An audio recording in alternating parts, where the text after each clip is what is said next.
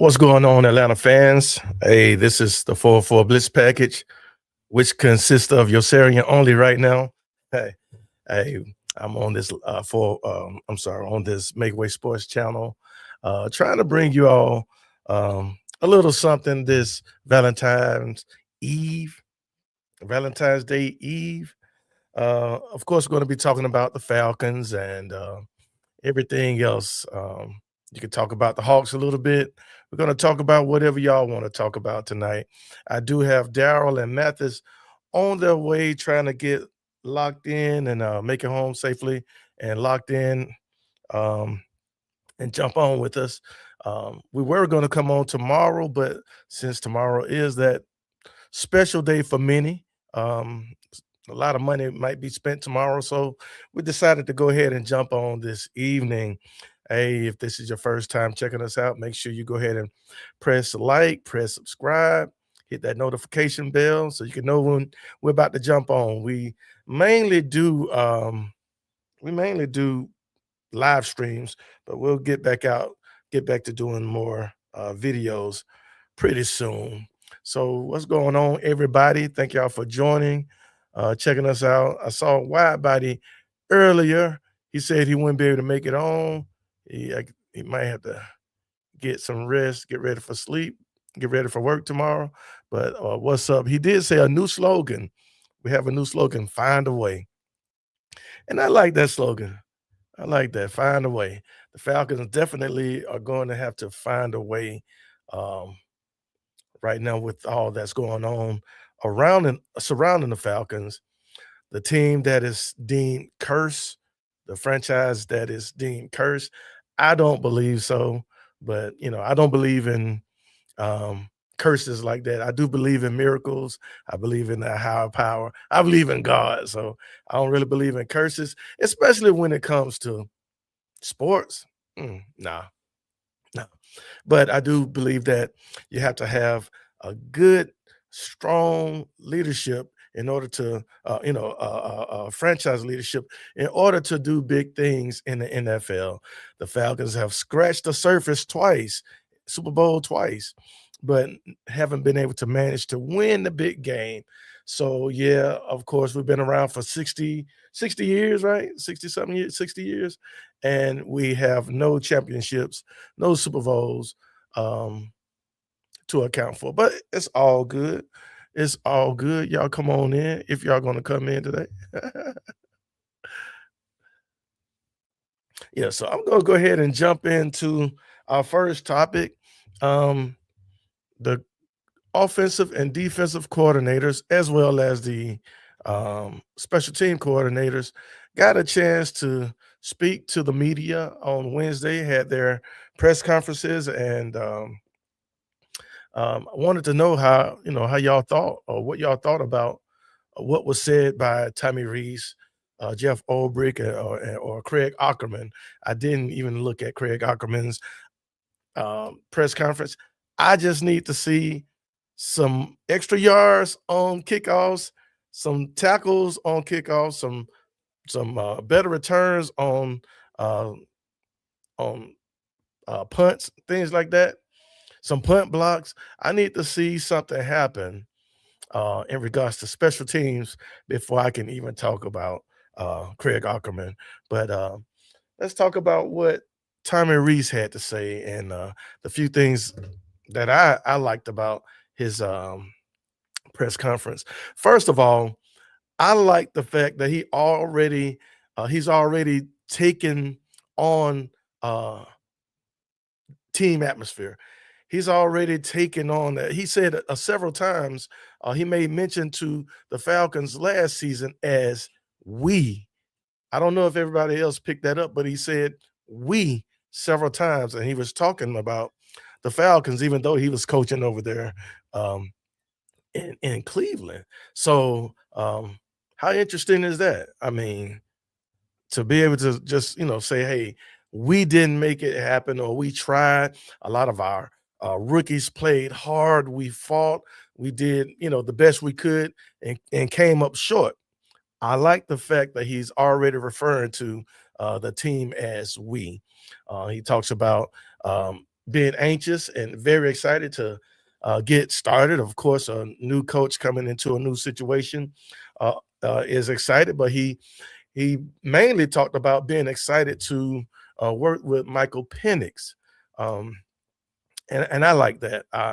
He talked highly of Michael Penix, and he said he has a wonderful arm. He's a kid that you could just talk to, even in the team meetings, walking down the hall as Michael Penix is recovering, going through his treatment. He had an opportunity to talk to him, and he just loves the kid. The fact that he could just walk up and talk to him and already getting to know Michael Penix on a football level, that's great. And that makes me more excited about the opportunity of Michael Penix really unlocking some of his potential this upcoming season. Um, I'll be candid, and I think all of us know I did not like the way Zach Robinson ran the offense. No, no, no, no, no. And then, at one moment he says that it's because of Michael Penix that we couldn't run under the center, and then Michael Penix says, "Hey, it's because of Zach Robinson." We'll all find out this year, but I'm so excited to know that our new offensive coordinator is intrigued with working with Michael Penix Jr. And so, yeah, he is still considered our franchise quarterback for the time being, and we need to go ahead and get back excited about that. I also like the fact that he spoke highly about Kevin Stefanski, being able to work with a coach that a strong-minded coach in Kevin Stefanski. He's great in calling offense. So to actually have an offensive coordinator that has worked with him um, and talks about being able to give feedback and take feedback back and forth with the head coach.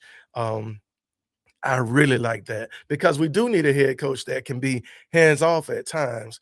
And at times when he needs to step in, hey, he could go ahead and pull some cards. Hey, we need to do this. We need to run this. We need to give this an opportunity. So I like that. I like that. Y'all come in. I appreciate y'all joining me. Still waiting for my co-host to jump on. Um, hopefully they'll jump on pretty soon because I really don't do a whole lot of talking on the show. I love to get that feedback from them.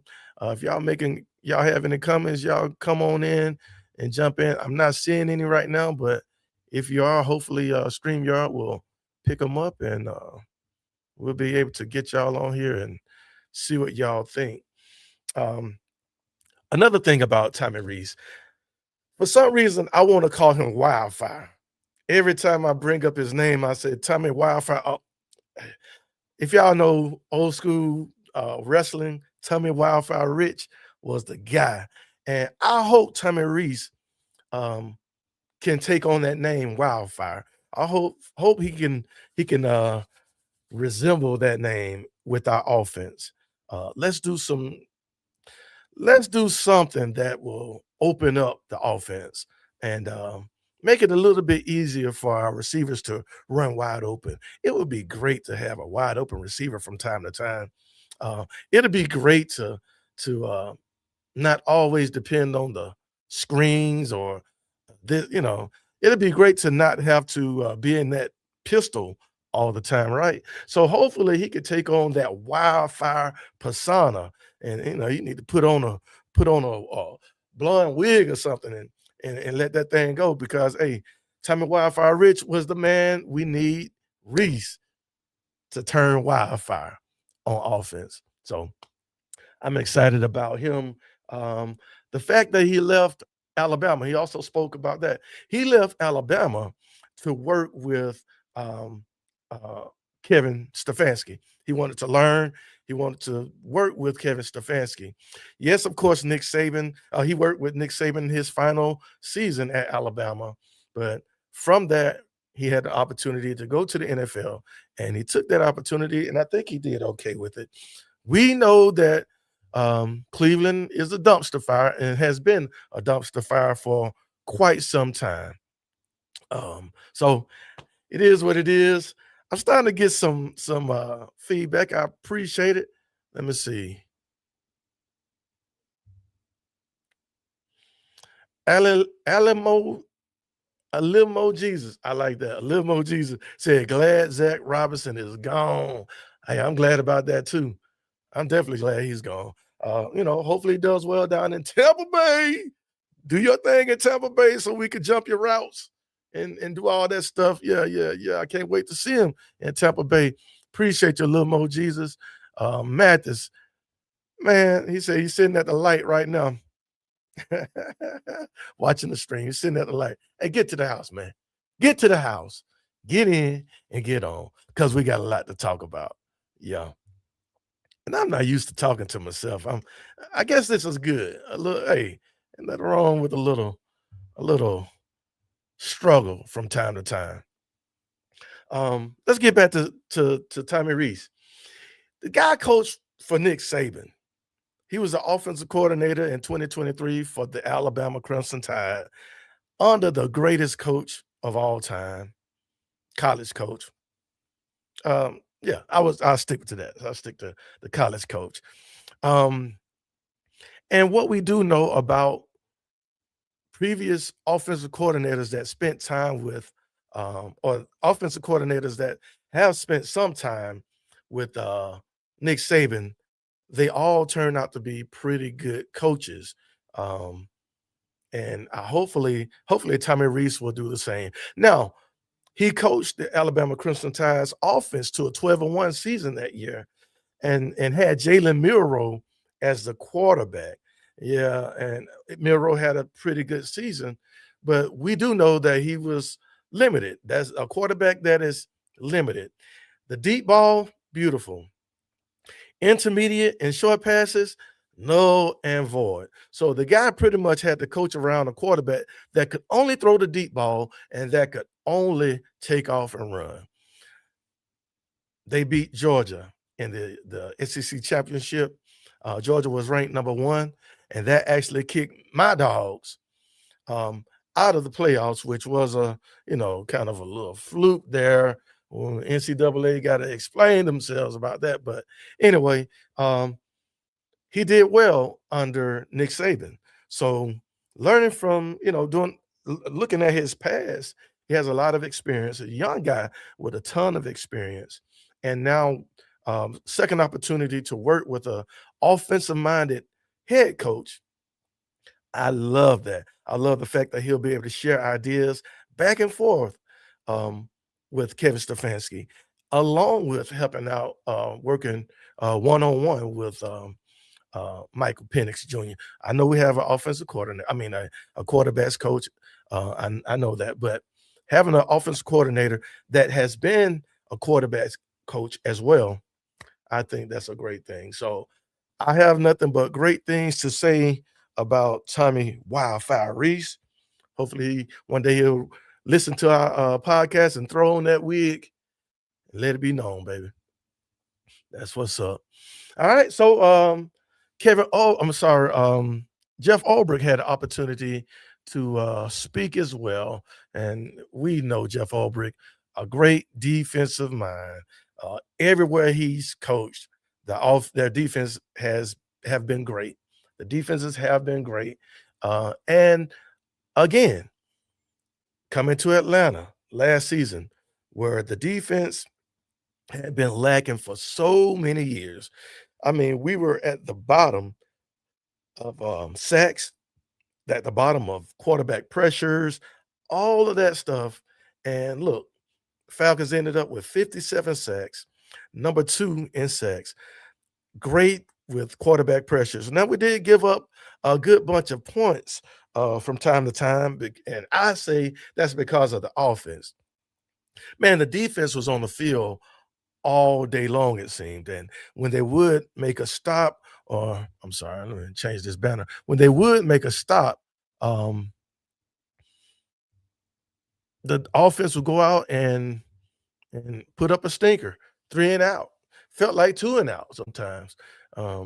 We didn't have a ton of turnovers, but it was just so quick. We couldn't make we had no production on the offense the majority of the year, and that caused our defense to give up some points.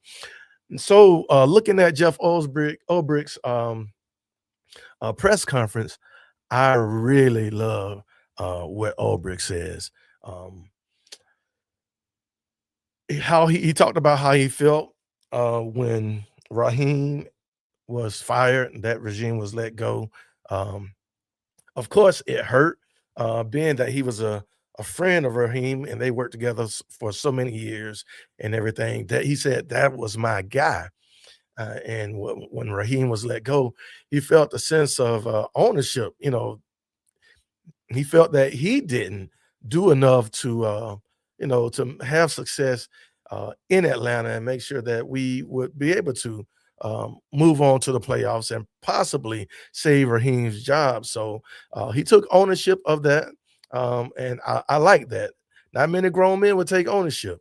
Um, of what they could have done better to make things better for the coach. And normally, when a head coach get fired, the entire coaching staff gets fired. So he was asked about how he felt about being retained, even when the head coach and the GM and a lot of guys were let go. And he said it was awesome. He felt it was an honor, he was honored to even have that opportunity, because we know how it normally goes, and, he just spoke highly about the organization and really, really feels that they really wanted him to stay and build something on this defense. Now, what I do also like about, Ulbrich, what he was saying is that, uh that defense that we saw last year that put up 57 sacks, the most in franchise history, that was the first season in that defense. That was the first time he ran that type of defense. Understand? You have Nate Ollie coming in, a great mind for the on the defensive line. So Ulbrich talked about how he was able to learn and glean um, a little bit from Ali, a little bit from um, um, uh, what's that, Rittenberg, um, and put that defense together. It wasn't one that he would always run, but it was a defense that he put together, or that they put together, and they grew that thing.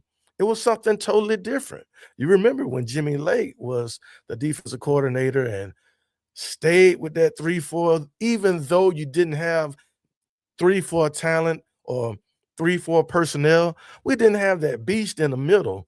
And many times we got on this podcast, and a lot of you all had responded that, man, we need to get out of that 3-4. We need to put at least four on the line, or a 3-4 over something, 4-3 over something. Need 5 men on the line. Look what Ulbrich and Nate Ollie them did last season. You saw odd fronts all the time, and it shifted. You just saw a conglomerate of defensive um, pressure. You saw pressure coming from everywhere.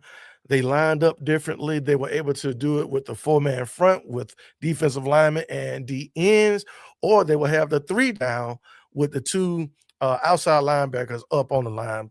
Uh, they were able to do so much, mainly because Jeff Ulbrich was open to trying something new.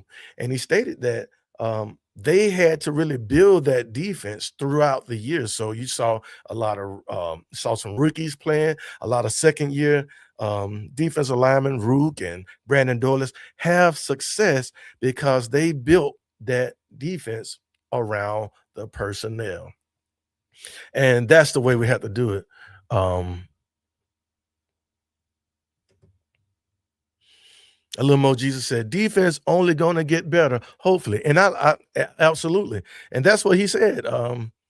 It's gonna get better.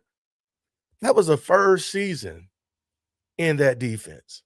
And Ulbrich stated that he knew initially that they would catch some teams off guard because this was a new way of doing things. Looks like Daryl is jumping on right now. This was a new way of doing things, and um, most of the teams had never seen it yet. And but he also stated that he knew eventually the teams would catch up to it, and you saw that little lull in the season. But because they were dedicated to working around the personnel that they had, you saw the defense continue to grow, especially in the end of the season. They got better and better and better. So I look forward to seeing what that second year in that defense is going to be like. What's going on, Daryl? What's happening? What's happening? That Sorry about that. Jedi on. Hey, it's all It's been good, man. it's been a rough week at work. But you know who else had a rough week? James Pierce Jr. So yeah, it ain't been that bad. Then I don't think it's been Oh that man.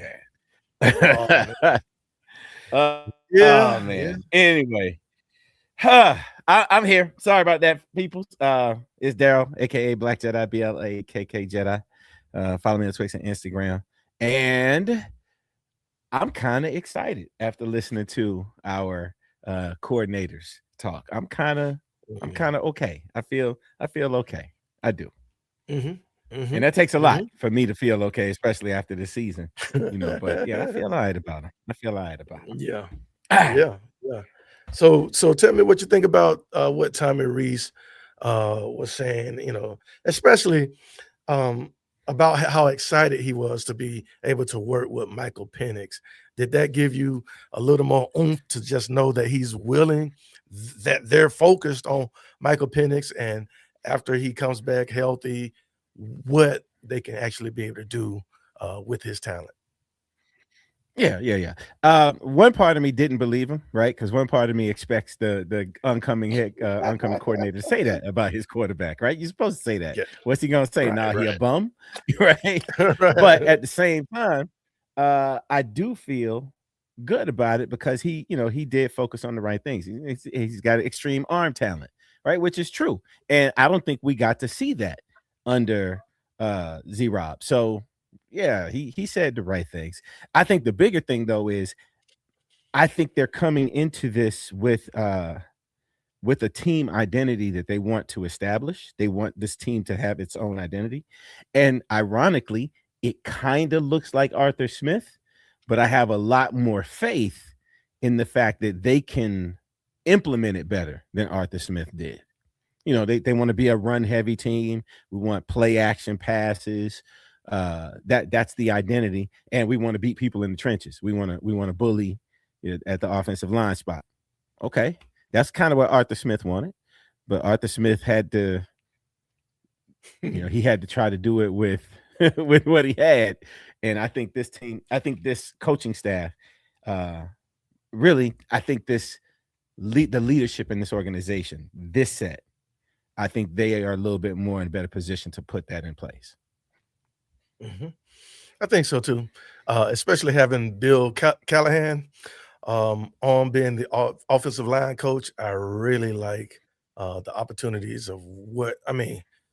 Oh, somebody with that much experience is going to really help that offensive line. And looking at Tommy Mhm. Rees and Jeff Ulbrich both being offensive minded, putting their heads together, I'm excited. I'm excited. I Yes, definitely, yes. I'm looking forward to the draft and um, all of that good Are stuff, you? free agency, everything. I am. I am. I'm really interested because um, I know this is jumping away from the coaches, but the team is going to look so much different than this past season. I think it's going to be. I think 3 or 4 of our so-called favorite players may be gone. In order to get, Who you think? in order to get more draft picks, because I saw somebody talking about it. It might have been Mad Mike talking about it the other night, and just the fact that draft picks is the driver for Ian Cunningham. How are we going to get draft Mhm. picks? By allowing some of our favorite players to go. So, Mm. um, like you were saying, and Mathis was saying Jesse Bates might be one of those. As much as I would hate that, Jesse Bates just may be one of those. Untouchable, I believe, would be Bijan Robinson. I think he may be the only untouchable. The only? Yeah, the only untouchable. And you would think Drake London, but yeah, Drake ain't untouchable. I don't know, because money talk, and if we need draft picks, who better to trade than Drake London right now? I know it sounds ludicrous. That's crazy. I would hate that, but think about it. I mean, you want a first round draft pick, you're gonna have to give up one of them to get one. Think about it. Do you really want to pay Drake 28 to 30 million? And you really need to take care of that this year when we are really looking forward to having draft picks? Think about it. Who else is going to get you a first round draft pick? Nobody. Bijan. That's it. Untouchable. So guess, yeah, that's why I said he's only untouchable to me. Well, hate for that to happen, but I really think so.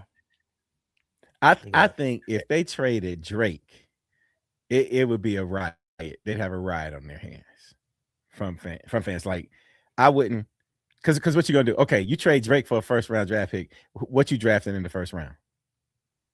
Edge rusher. Okay, an edge rusher, right? Crazy. Good job, James Pierce. Good job. But all right. So, but for real, like, you're not gonna replace Drake with your first round draft pick. There's nobody out there that I would draft in the first round over Drake London.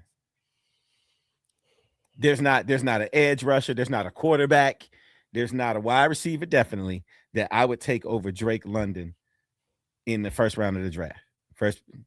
I wouldn't take the number 1 pick in the draft for Drake London because of production, right? You're gonna have to pay him. He was the man. Have to pay him anyway. Yeah. Go ahead. So we got money. Kirk coming off the books next year. Yeah, this year. It's coming off the books this year. Get this quick $2 million and holla.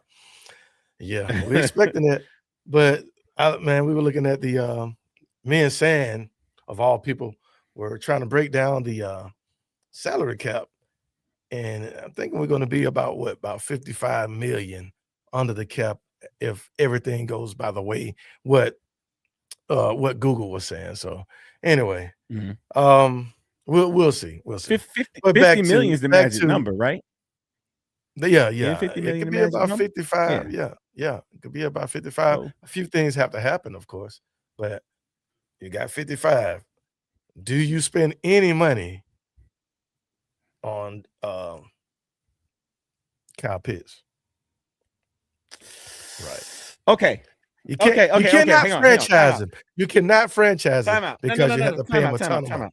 Go ahead. Yeah, time out. I heard an interesting observation by Moose. And Moose said, if you don't franchise Kyle Pitts, you have to franchise Kaden Elliss. I saw that too. Yeah. And I thought it was interesting. At first, I was kind of like, I always assume that guys on the team want to stay on the team, right? That's just my assumption. I just, that's kind of the way I think about it. I'm like, you've been on the team, y'all got good chemistry, this your family, right? And I don't really look at it from the point of view of an actual football player that has options. And Kaden Elliss got 2 brothers that's out here playing well after he is done playing in the season, if that makes sense. He got brothers that continue to play while he has to go home.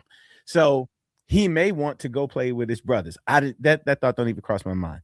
So if that's the case, then you franchise him and then you trade him. because now we need picks. And Right. we could get, Moose was saying the 5th round. And after he explained it, okay, maybe you get a 5th round pick for Caden Ellis. I would hope maybe somebody would give up a 4th, but maybe you get a 5th. And then you move Jalen Walker into his position. And you hope that Jalen Walker can that's what you drafted him for. Because that and basically, yeah, and basically that's what he did in Georgia, right? He was kind of that guy. So you move him there. So maybe that's something that happens. But yeah, I mean, me personally, I'm not spending that money on, well, God dang it. Okay, I'm gonna say this on Friday the 13th, the day before Valentine's Day 2026. Ooh. As of right now, I would not spend the money on Kyle Pitts. You talk to me tomorrow, I might say yes, spend the money on Kyle Pitts. Still ain't spending no money on Kyle Pitts. Not even on Valentine's Day. Not on Valentine's. Definitely not on Valentine's. We overspend anyway on that day. Overspend.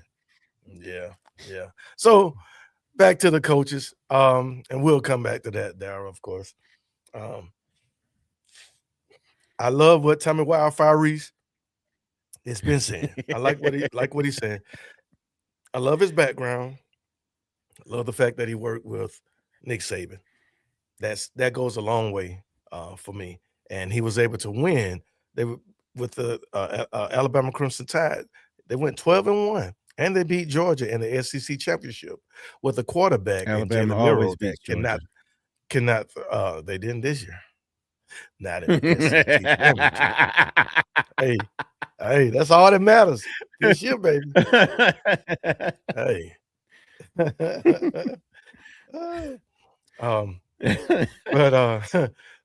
anyway, but he did a great job with Jalen Milroe, who cannot throw. All he can do is throw the deep ball and run. He was able to do that. So coming into Atlanta and working with Michael Penix, I look forward to that. Let's talk about Jeff Ulbrich. I spoke already a little bit about it, but tell me what you thought about Jeff Ulbrich talking about that second chance in Atlanta, even after your head coach and some of the other coaches were fired. You know, he was talking about how the normal routine is when the head coach gets fired, everybody goes. But he was so honored and just felt so blessed to have an opportunity to stay and to be, told, hey, we love your defensive philosophy. Hey man, this could be that Atlanta defensive philosophy, going forward, how we look at Atlanta. Oh man, that defense, 10 years down the road, boy, Atlanta, they're known for defense. Tell me what you thought about that. I found it ironic, right? That Jeff Ulbricht's basically his first, maybe second interview he did the beginning of the year before the start, before when he got hired, was him putting out a fire with his son playing the little phone prank on I think was it on Shador? I can't remember who they played the phone prank on, Shador. right? Yeah, that's right. Yeah, so he basically had to step in and he had to put this fire out, right? And then he proceeded to break the Atlanta Falcons sack record in a single year with some good players. And now he's having to basically put out another fire, right? And he's around. He's still here. I think this is the right guy for the job. I really do. And I want that. And any Falcons fan that's been around longer than any Falcons fan that's been around here since 2016. If you're not familiar with the Falcons defenses, the good Falcons defenses before then, because 2017, I want to say, was a top 10 defense. If you're not familiar with those defenses, go back and look at those defenses from like 98. Or if you really want to look at, go back and look at 1977 defense. Woo. And you will see it was almost foreign to me after, like around 2023, when we ain't got no sacks, we getting 40 sacks a year or 30 sacks a year. I go back and look at when we had Keith Brooking flying around, you had Patrick Kearney, you had Tuggle, and I'm looking at these guys in the backfield like, man, it don't even register in my head how many sacks they're getting in a game. That's what Jeff Ulbrich brought this year. He brought that back. That's insane. And for 1 year, that 1 year turnaround. So I think we got the right man for the job. He knows how to handle the press. He knows how to handle, because he had to handle the press with his personal situation. He's had to handle the press with a professional situation with James Pierce acting a knucklehead, and he still delivers on the field. I trust him. He has my trust just in that 1 year. And I pray that we could keep him 3 years. I doubt it, right? Because if he continues to perform, he's going to get a head coaching gig somewhere. Head coach. But I pray, I pray that we could keep him 3 years. Yeah. Okay, so I'm glad you brought that up. Do you believe that he was a head coaching candidate this season? Should he have been a head coaching candidate? Not too soon after the Jets, right? Because he was with the Jets before us, and it was, and the Jets had a good defense, but he was kind of interim coach. Interim coach. Yeah, gotcha. But maybe he's not head coach material yet. But look, if they get 50 sacks next year without James Pierce, let's assume James Pierce ain't playing, right? If they get 50 sacks next year, and they get 50 sacks the year after that, he gone. He a head coach in Minnesota somewhere or something. Oh yeah. I'm glad you brought up James Pierce. Anyway, a little more Jesus said, what's going to happen to JPJ? Is he out of here? He's more than likely out of here. You facing 5 felonies, man, and it just doesn't look good. Of course, all the facts aren't out there, but those you could see, the video is out there. You can see what happened. So yeah, it doesn't look good. We'll see, but don't expect him to play anytime soon in the NFL. The NFL don't play. They don't play. Yeah, they'll allow the law to do its thing. They'll allow the justice system to take their time to do whatever they need to do, but don't expect him to play anytime soon.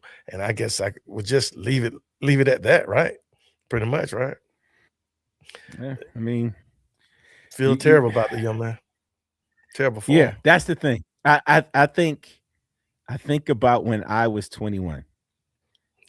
If I'd had access to that kind of money and that kind of acclaim, what would I have done? I don't think I'd have did that, right?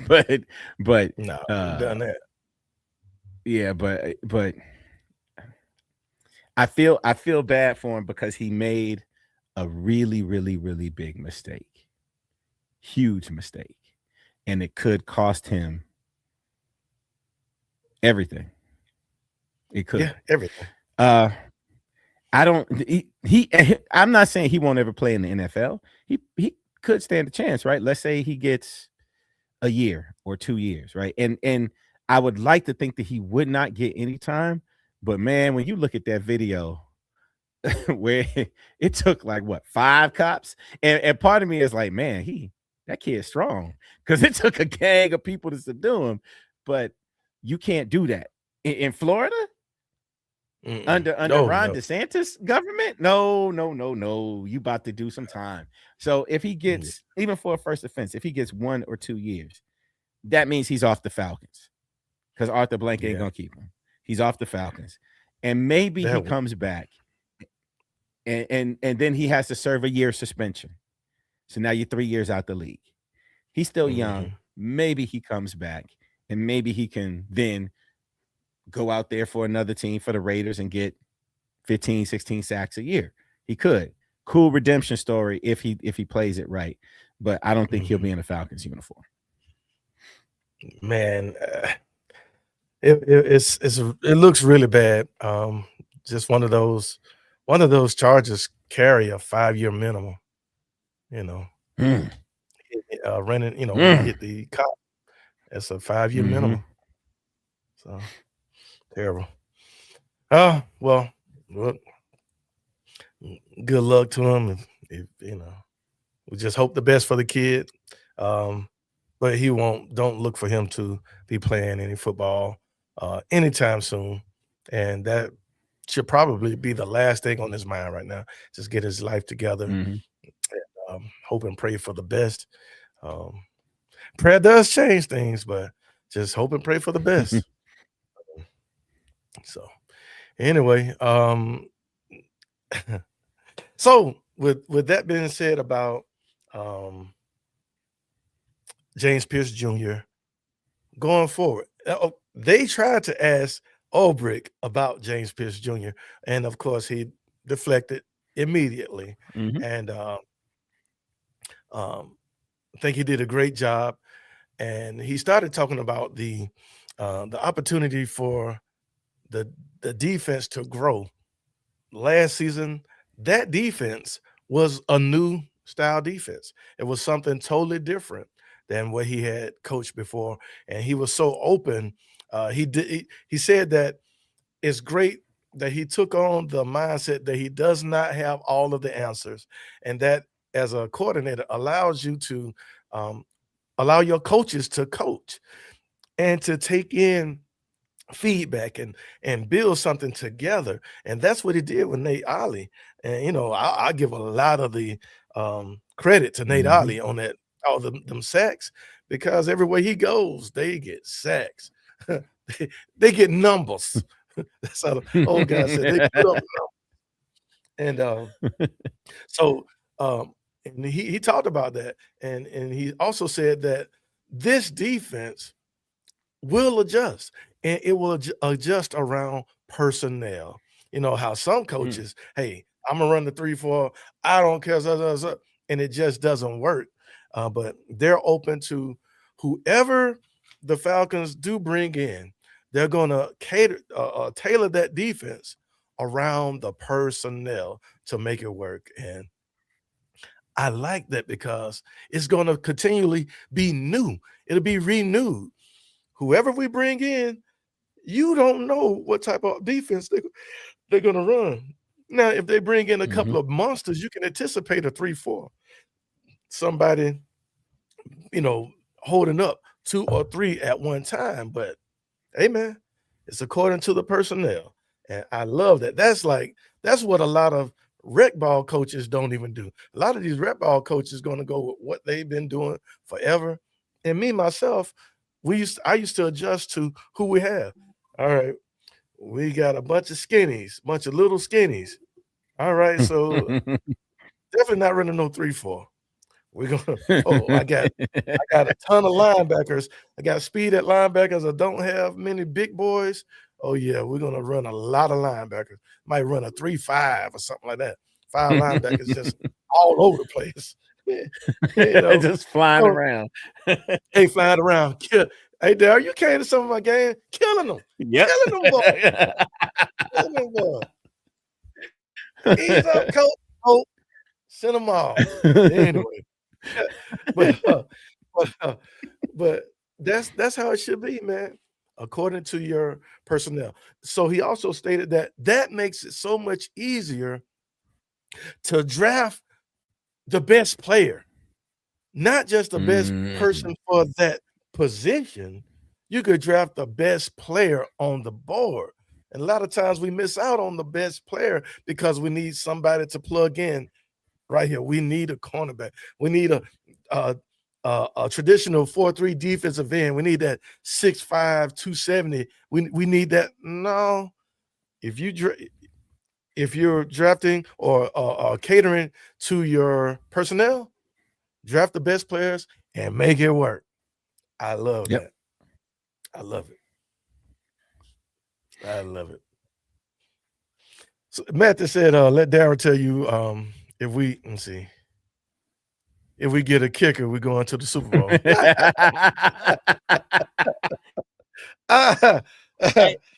we get a kicker, we're going to the Super Bowl. Because look. This is what Mathis told me to buy. Where is it? I want all y'all to know Mathis told me to get him this jersey right here. He told me to get the a Troy Anderson jersey. So I got him a Troy Anderson jersey. Mathis requested it. I'm putting it in the mail tomorrow, Mathis. I got it because I got a hookup. So Mathis requested that. Y'all can from now on say Troy Anderson is Mathis' favorite player.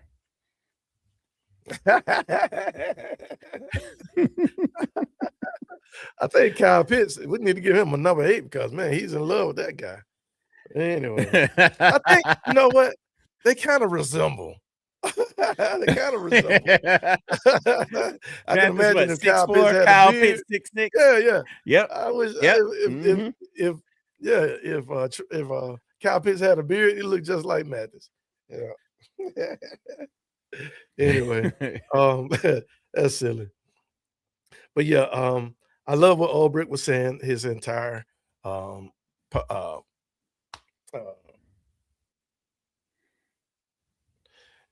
press conference. I'm sorry, I'm reading stuff. I'm reading and trying to talk at the same time. Can't even chew gum. I'm getting old, man. But I loved everything he said. And I hope Cunningham and Matt Ryan and the rest of the guys can actually do exactly that. Get some of the best players. Now, with the offensive head coach, Daryl, offensive minded head coach, offensive minded president. Are we going offense first round? I mean, first pick. Do you think we're going offense? And I know it's early. I know we'll have to wait and see. See what happens in free agency. But just your gut feel. Off the rip, I would say they're going wide receiver off the rip. But in 2 months, I'd let's see what happens in free agency, and then let's see what it looks like as far as the draft board, right? Because or I'm sorry, the combine, and then take a look, because they might go offensive line. And that's what I'm believing. That is what I'm believing. Even though I think we have everybody intact, unless McGarry doesn't come back healthy.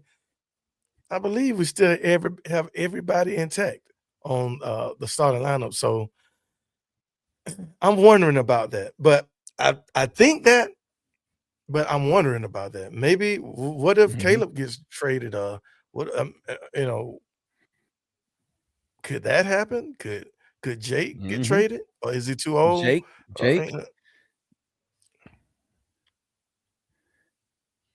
Again, he's tradable. You might. For me. Yeah. We might end up seeing some of our favorites go. Now I'm looking at this list of free agents, looking at the unrestricted free agent wide receivers, and looking at the cost. They're talking about Mike Evans. He ain't going nowhere. He ain't going nowhere. Deebo Samuel, he's 30 years old, and his market average is going to be $15 million. I don't know. He's been hurt.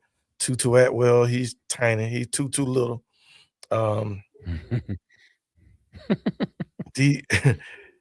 Greg Dortch, he's okay. He's okay. Nobody. Keenan Allen, 33 years old. I think that's too old for a wide receiver right now, to me. And he's a big wide receiver, not really speedy. Yeah, but he's like Drake. Yeah, he'll only cost $7 million. So, but what you doing? You renting them for a year, and you ain't gonna get nowhere, right? Like, are you anticipating making a deep playoff run with Keenan Allen? No, but if you trade Drake London, stop talking nonsense. I know. Okay, the one that I want, of course, is George Pickens. 24, he'll be 25. He got tagged, didn't he? Did he? No, I think they tagged I him. don't think so. Hold on. When I could have swore I heard them say they was gonna tag him. 30 million. Cowboys He's expected the 20 franchise tag George Pickens. okay, they're expected to. Okay. Yeah. Okay, that's who Mhm. I want. Alec Pierce, 25, be 26 years old. But man, he's gonna probably demand about $20 million. That's where his market is at right now. So you might as well just keep Drake. Probably can't even afford Alec Pierce. You could afford him. You can afford him, $20 million. Give him. You said contract $20 million a year. Yeah, Offer him 18 for 4. that's his average market value right now, according to Sport Track, is 20 million. Mm-hmm. 20 million over 3. That's my assumption, right? 20 million over 3. Offer him 18 over per 4. year. Yeah, that's what I'm saying. 20 million gotcha, over 3 years. 18 for That's 4 my years. assumption is they're saying a 3-year contract. So give him a little bit of security and take it down some. Then he'll over 4, he'll be 29 going into 30 years old. We're not worried about that. That's still, yeah, That's fine. Let's see some other name. Gabe Davis. I saw his name come up, but Gabe just stays hurt too much for me. He stays injured for me. He'll only be, his market value is about 1 million, 1.5 million. Or maybe just a thought. Maybe you dip into your practice squad and you pull Nick Nash out of the mothballs and see what he can do. That too. Absolutely. Got to give him a chance, but I just saw another name. Yeah. And this is under the radar. Nobody is saying this guy, and I like him. Jalen Naylor, the wide receiver up there at Minnesota, the third string guy, the guy behind Jefferson, and the third guy. He's good. About 4.5 million. Wow. He a free agent? Yeah, he's gonna be an unrestricted free agent. Yeah. I like that. Still unproven, but I like the way he plays. When anybody, and he'd be a good 2. He'd be a good 2. Yeah, he'll be a good 2. Got good size, good speed. Yeah. Man, good size, good speed. I look forward to seeing what we're going to be doing. Go ahead. Would you be mad if they went after 2 wide receivers? No. To really shore it up? I would love it. I mean, we need 2 wide receivers. Need a 2 and a slot. Yeah. But they'll be low priced. They'll be lower priced, wouldn't be the top tier. But heck, if you ain't getting George Pickens, I guess the only one I would want was Alec Pierce and maybe Jalen Naylor. Pierce is going to cost a lot of money. Yeah, and that's crazy. They franchising what, Pierce? I'd go for Pierce. I could go for Pierce now. I mean, like I said, pay him 18. Yeah, pay him 18. You need a big man that can fly, and he can fly. Yeah, he can absolutely fly.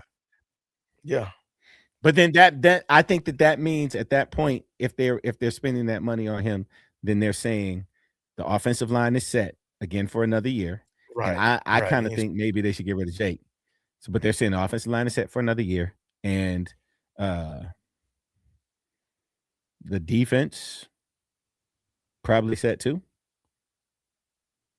No, well, so 20 million, you'll still have 30. Say for instance, if we had 50 something million, of course they'll finagle all of that stuff. They'll give him a big time bonus. So signing bonus up front, the signing bonus would be big. So of course the salary won't be hitting as hard on that first year. So, you know, they Oh may shoot, give I'm him what excited for free agency. 30, 40 million. Yeah, and that's only around right around the corner. Hey, the draft, looking at the combine is right around the corner as well. It's actually next week, February the 23rd through March the 2nd. So real soon we'll be seeing some of those prospects out there. I was looking at that as well. Wide receiver prospects, running back prospects, because we know we're going to need another running back. Since I just know Tyler Algier is going to go make some money somewhere.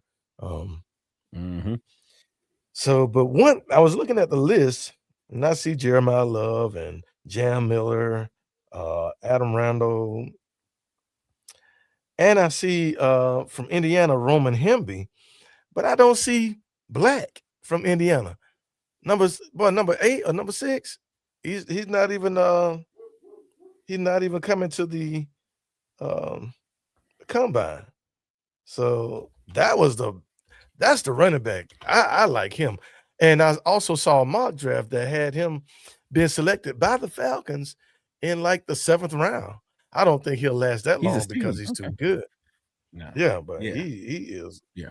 I like the way he runs, man. Runs hard, one slash. I love that kind of run, man. One cut and bam. Runs hard. Older guy. I see Keyshawn Allen. I know he'll be gone kind of high. Jeremiah Love, of course, will be gone early. What about Jam Miller? Alabama, number 26, was their main running back, and he stayed injured this season, so he wasn't really as effective. But man, when he gets in there, that boy runs that ball, man. He runs hard. Got to stay healthy though. Got to stay healthy. Got to stay healthy. But they ran him. I mean, they ran him a lot. So, but got to stay healthy. He about Tyler Algier size. 5'10", 221. Yeah. Little bowling ball. Kind of remind you of Tyler Algier. I think he's a little faster. But yeah, man.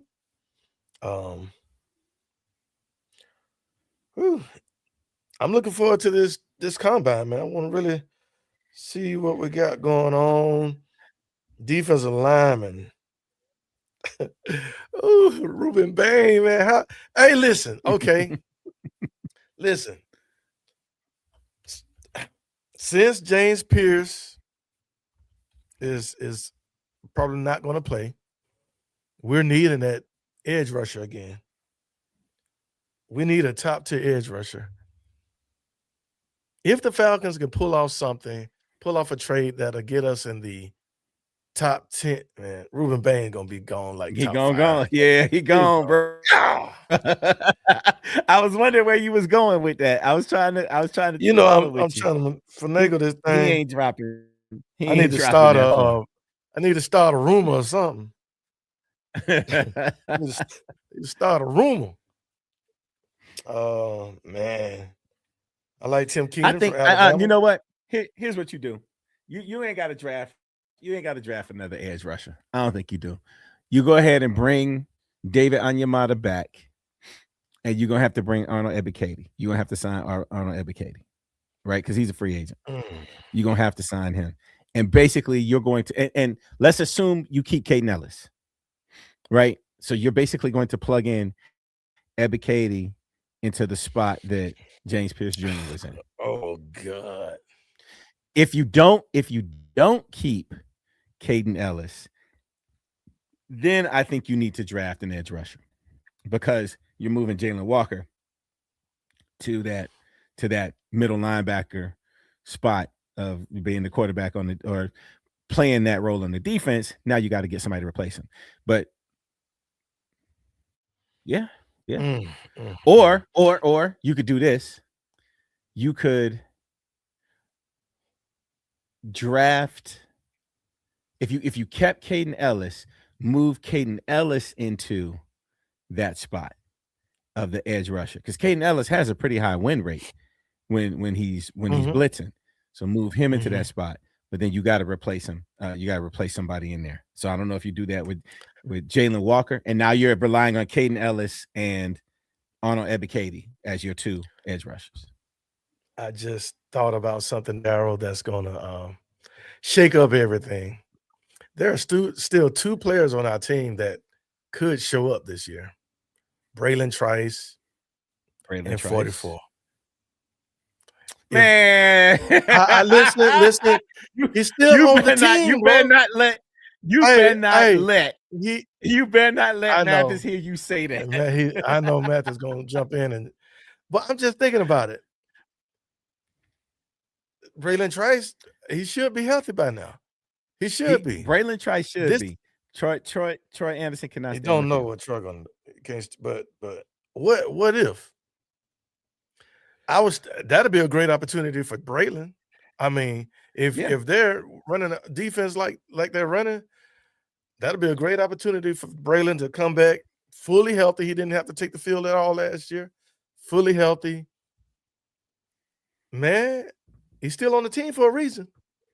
So yeah. Braylon Trice, yes. I think they're gonna let Troy. Matter of fact, in this Troy contract year, Troy's supposed to sign a contract, right? He ain't a free agent. When did Troy come in? I don't forgot all about Troy. Yeah, because he was gone the whole year. Gotcha. Yeah, he was 4 years. He's on he's on a 4-year contract signed in 2022. Ooh. So 2026, we in 2026. Oh yeah, this is final year of his contract. Maybe you keep him. Oh, how does this sound? A 31-year-old Hassan Reddick for $5 million. No. Okay. No. Okay. How about no, and this is why. Okay. Just because of Matthew Judon. Matthew Judon scared me away from all of those. Gotcha. Now, think about it. Matthew Judon in last year's defense. Think about that. Now, Jimmy Lake was terrible. Okay. Had Matthew Judon, who's a sack specialist, falling back in coverage. Cover a running back. Come on, man. Just think about it. What Matthew Judon could have done last year. So I don't know. I'm just throwing it out there. Joey Bosa, 30 years old, $13 million.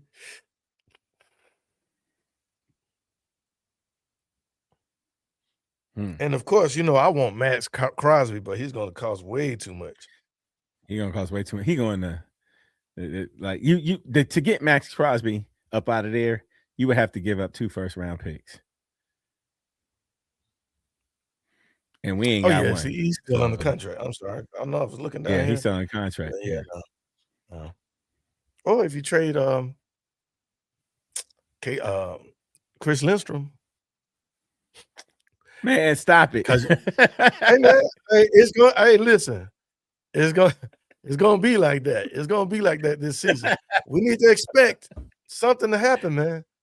Expect some of our stars to be gone. So. Some or one, because I can't see it. Like last week we said Jesse Bates, right? If you trade Jesse Bates to get a pick, you better not trade nobody else that we like to get a pick, right? So it can only be one. It ain't like they're gonna trade. But you want Drake and Jesse Bates. What are you gonna get for Jesse Bates? What you gonna get for Jesse? You probably get a 4th. Why Maybe. trade for a 4th? Why even do that? Well, because you like draft picks. That's the number. I hear that, but you need to go with something that's gonna. First or second round is all I really even care about. Of course, that ain't third see, but that's not what these guys care about, right? When they say they like draft picks, I'm anticipating we trading down in the second round. That's my anticipation. We trading down in the second round to pick up and I would an extra 4th, right? and then we might trade down. Do we got a third? Yeah, we got 2, or maybe 3. a third. We got a 2, 3, 4, 6, and 7, right? We got 5 picks. Mhm. So I'm anticipating that they might trade down in the third round to pick up a 6. I'm serious. Like if he likes draft picks like that, I see us trading back. I hope he doesn't trade a whole lot of people. I hope he's just trading back to, and Trading saying back. I can still That's get the what guy Auntie that I Pam want. said. Auntie Pam said that, she said that we should probably just trade back throughout the draft and,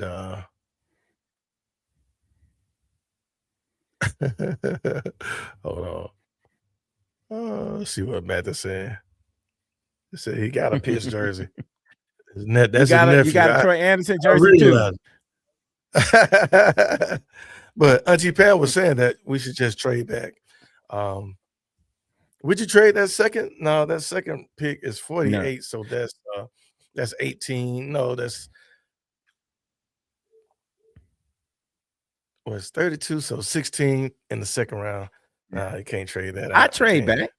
I trade back if I could pick up an extra 4th. I would, especially if I think I can still get the guy I want, right? Who knows Right. what we want? Who knows who we want? That's the thing. Who do we want? But we'll have We'll to see. see real soon. Yeah. We'll find out real soon. Golly. Oh man, I'm still sick of that JPJ, but Yeah. no, let Ebiketie walk, let Braylon Trice play, and see what happens there. See what happens there. Yeah. David Seals is a restricted free agent. Would you bring him back if he gets if it's not too expensive, wide receiver? If it's not Because too expensive. honestly, he kind of remind me of Alec Pierce. Does he not remind you of Alec Pierce? Minus the production. I mean, Right, minus the opportunity. and the offense was garbage. I mean, just Zach Robinson was garbage, hands down. But he played. But when he played. He had chemistry with Kirk, and Kirk is gone. Yeah, Kirk. So That we think so. We don't even know who our starting quarterback is, right? We don't even know who the starting quarterback gonna be yet. Right. Because it probably won't be. We're assuming it's not going to be Michael Penix. So, and it could. I mean, it could if he recovers well. But yeah, don't expect it. Don't expect it. Don't expect it. Amen. Amen. Eastern Stick. He gone too, ain't he? Is he? Oh Lord. I think so. It's gonna be Joe Flacco. Joe freaking Flacco. How much Joe's gonna cost? According to Sports Track. Let's see what they got Joe looking like. Old man Joe. Okay. 41 years old. That man is old, man. $6 million. Golly. For a bridge quarterback, you wouldn't pay $6 million? For somebody to come in here, play the first 4 games, maybe get us to 2-2, turn it over to Michael Penix, and then help coach that kid up? You wouldn't pay $6 million for that? I like Joe Flacco. I like him. Yeah. I'd rather have him than Russell Wilson, Mariota, Zach Wilson. I think was it Matt that's talking about Zach Wilson? Yeah. Coming You in can bring Zach Wilson in. Yeah. Yeah, he's but if you bring Zach Wilson in, he gonna compete. He ain't expecting to come in as no backup. He coming in expect to win the kind of he coming in kind of like Taylor Heineke did under Mariota. Taylor Heineke did, or under Ritter. Taylor Heineke really didn't want to be a backup. He wanted to be a starter. Right. What about Trey Lance? The production ain't there? Well, Oh yeah. Eastern Stick is a free agent.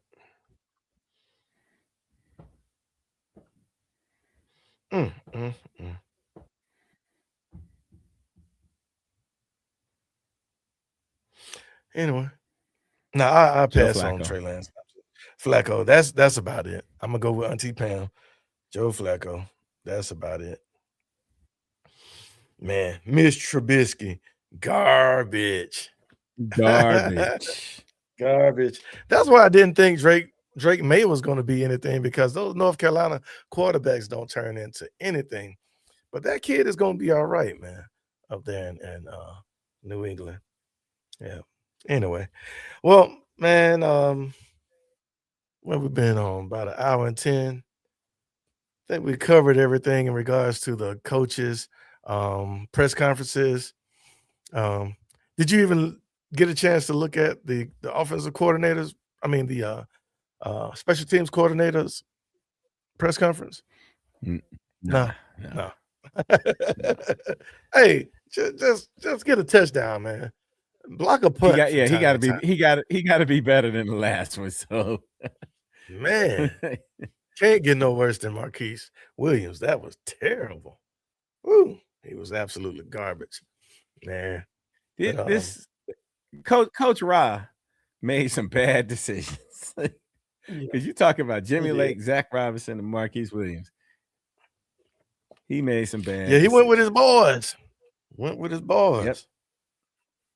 And I get it. You know, I get that. That's what a lot of people do. But Jesus Christ, that was terrible. And I see why he's no longer here. So, best to Yep, him out that there in is San exactly Francisco. right. The best to him. See what he can do as a defensive coach. I think he just is a defensive coach. And he might retire as a defensive coordinator. He's a good defensive coordinator. But stay there, man. Anyway, like I said, the draft, no, I'm sorry, the combine it starts on the 23rd. And so that's what, next Thursday? What day is that? The combine starts on March 23rd, right? No, February. Not February. February 23rd? Uh-huh. Yeah, February 23rd. So 2 Man. Mondays. Yeah. 2 Mondays from today. Yep, February 23rd through March the 2nd. So we'll be seeing some action real soon. And so we can start putting together our, looking at a lot of mock drafts and everything like that. So we can probably sit down and do a couple of mock drafts ourselves, and just see how it goes. Get our hopes high. So One get our thing for hopes Mr. high for Trubisky, something. he got drafted before Patrick Mahomes. Ooh, God. So we can't say anything about Kyle Pitts being drafted before Jamar Chase. Just Goodness that's Chicago had to feel sick. Mm. I mean, you gotta look at Hey, the man. people that got drafted. He got drafted number 2. Myles Garrett got drafted, and he got drafted number 2. After him, Oh, Solomon Thomas, God. Leonard Fournette, Jamal Adams, Mike Williams, Christian McCaffrey, Oh, wow. Patrick Mahomes, Lattimore, Deshaun Watson, Ooh. Hassan Reddick. Whew. And if you really, and then you go down the list a little further, Yeah. you'll see TJ Watt. Oh, goodness. Yeah, we missed out on TJ, right? Who did we draft? He got drafted before Tack. We drafted Tack instead of TJ Watt. Oh, yeah, that's it's my grandmama, man. Cussing. My grandmama, man. Oh, Lord. Check his CAT scan. You're not gonna fit in. You ain't gonna fit Deion in. He ain't fit in. Deion had to calm him down, man. Deion had to calm him down. Deion was trying to save him. Yeah. Hey, come on over. Your guy. Anyway. But yeah, let's I guess I think I'm done talking about James Pierce Jr. We'll hear more about him, of course, but we're gonna move on and just start talking about the upcoming draft talking about the prospects, defensive end or edge rusher prospects, because that's where we're at again. So, and I wouldn't doubt that that be our first pick. I'm thinking offense because of the offensive coach and president, but I wouldn't doubt that we go after an end or edge. Mm, So we will see. we'll see. We will definitely will see. see. Yeah. All right. Well, hey, y'all enjoy y'all day tomorrow or Sunday, whenever you're gonna celebrate your little money spending time, extra money spending time with your loved With your one. boo thing. It's your boo. And hey, we will see y'all next week. So it'll be next Saturday. We're gonna come on. Nothing special next Saturday, right? Nothing going on.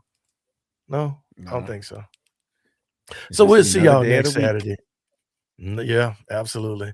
And we're gonna go ahead and start talking about our hopefuls, NFL prospects and free agency.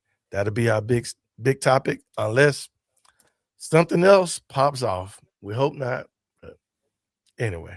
All right. So hey, it was great. Thank you all for joining us. Appreciate you joining us, Mathis. A little more Jesus. Hey, we definitely appreciate you. And let me see, did I see anybody else? Wide Body, we appreciate you. He said he couldn't join tonight. He came on a little bit earlier, and he'll be with us in spirit. So we appreciate that. Oh, this is a new slogan, Daryl. Wide Body, find a way. That sounds good to me. Find a way to do it. Find a way. We gotta find a way to. We just gotta find a way to win that game. We just gotta find a way. We gotta find a way to win that game. Find a way. Goodness gracious. Do something. Do something. Man. Anyway. Hey, y'all be good. Y'all be safe. Be blessed. And we will see y'all next time. Let me hook this. I did a little something to okay, here we go. See y'all next time. Darryl. Stay dirty.